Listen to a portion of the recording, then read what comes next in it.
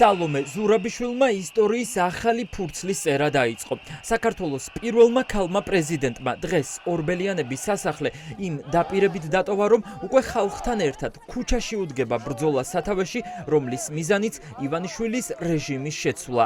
ამ განცხადებამდე ბოლო ღამე პრეზიდენტმა სასახლეში გაათენა. ზუსტად 11 საათზე კი საქართველოს მოქალაქეებს მიმართა.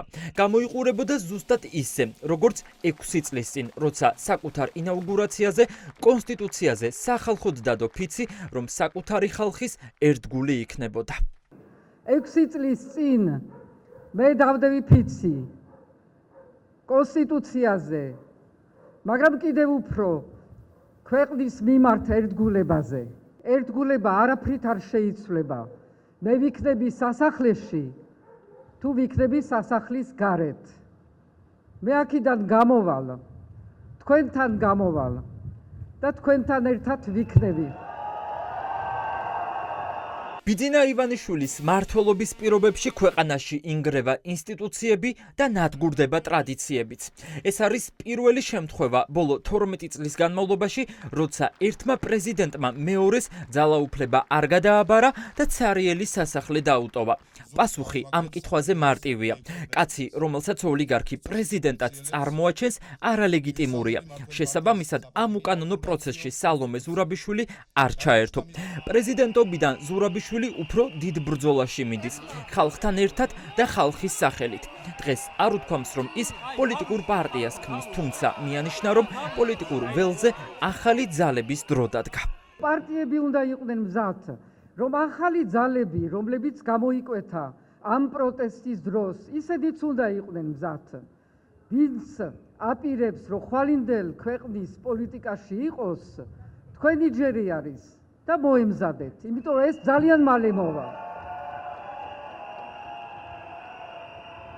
და ამაში მეც დაგეხმარებით.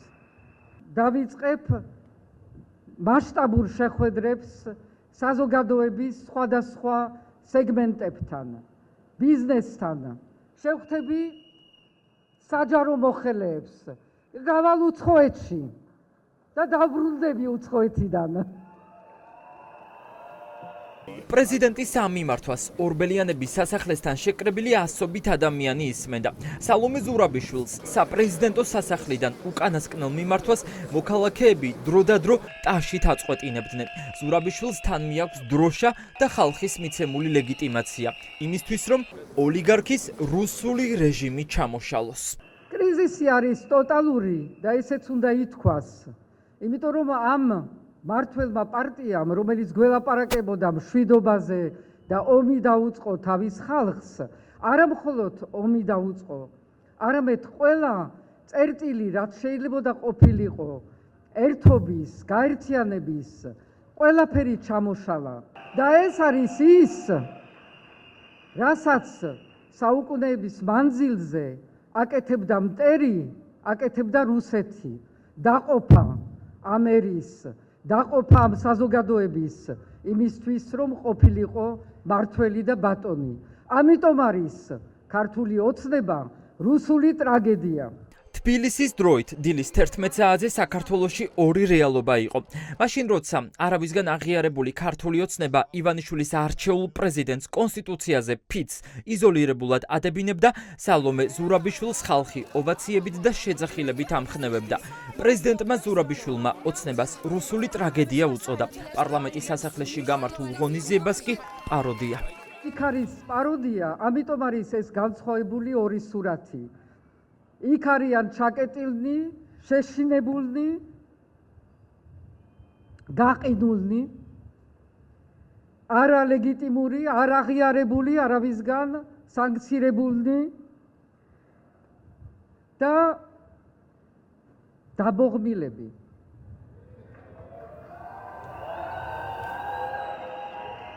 ეროვნული დროშით, ხალხის ნდობით და ლეგიტიმურობით. ასე ტოვებს რუსეთის მე-11 არმიის შემოსევის და სამხედრო ოკუპაციის შედეგად წასული ემიგრაციის შთამომავალი ორბელიანების სასახლეს.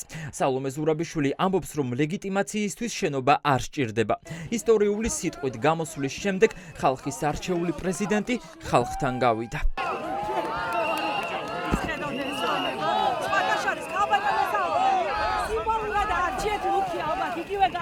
რაც ინაუგურებს ისოს. რა დაგვითვა აქვს ამ ლუქსფენთვის არ სამოს ჯოს სალომე ზურაბიშვილს ახლა მთავარი აქვს. მას ხალხის მხარდაჭერა გააჩნია. საზოგადოებამ მეხუთე პრეზიდენტის გეგმაში მნიშვნელოვანი მესიჯი ამოიკითხა. თუ ის სასახლეში დარჩებოდა, მაშინ ბრძოლას რეჟიმის წინააღმდეგ ვეღარ გააგრძელებდა.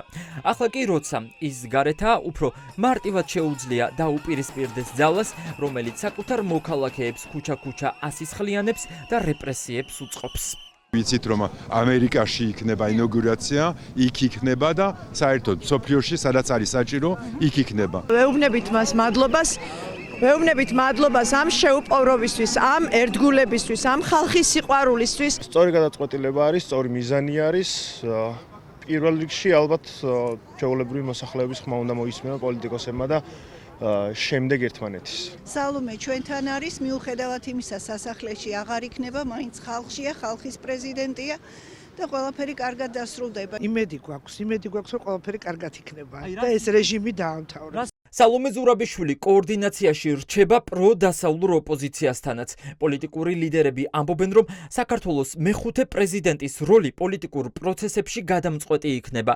მუშაობა უკვე დაწყებულია. უკვე იწერება გეგმაც, რომელმაც სანქცირებული ოლიგარქი უნდა აიძულოს დანიშნოს ახალი არჩევნები.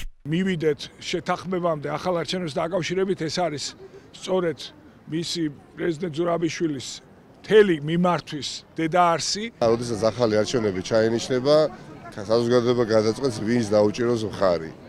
ჩვენ ხო დემოკრატიული ფასეულობების და ღირებულებებისთვის და ზოგადად დემოკრატიული პროცესისთვის ვიბრძვით. ლეგიტიმაცია ებმის ჩვენ საერთაშორისო პარტნიორების აღიარებას, ებმის მისანდოობას და ზოგადად ხალხის მოსაზრებას. ამან მოახერხა ამ კრიზისის დროს, რომ საერთაშორისო ასპარეზზე ყოფილიყო ეფექტური ხმა ჩვენი საზოგადოების ამ პროტესტის და ქვეყნის შიგნითაც თუ კი ვინმე შეუძლია რომ რაღაც როლი ითამაშოს ამ კოორდინაციაში, ეს არის ამ ეტაპზე ეს არის სალომე ზურაბიშვილის გადაწყვეტილება იყო პრეზიდენტის გადაწყვეტილება, ნუ ეხლა ამასში ვერავინ ვერ ჩაერეოდა, ეს იყო მისი გადაწყვეტილება.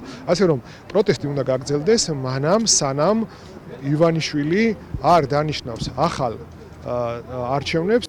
თბილისის ათონელის სასახლიდან გამოსული მეხუთე პრეზიდენტი მცხეთაში გაემგზავრა, მივიდა სვეტიცხოვლის საკათედრო ტაძარში და დაესწრო პარაკლისსაც. სალომე ზურაბიშვილი ახლა მოქმედებაზეა გადასული. როგორი იქნება მისი შემდეგი ნაბიჯები, ამას დრო აჩვენებს. მანამდე კი ხალხის არჩეული პრეზიდენტი მოქალაქეებს 31 დეკემბრის საღამოს რუსთაველის გამზირზე დაელოდება.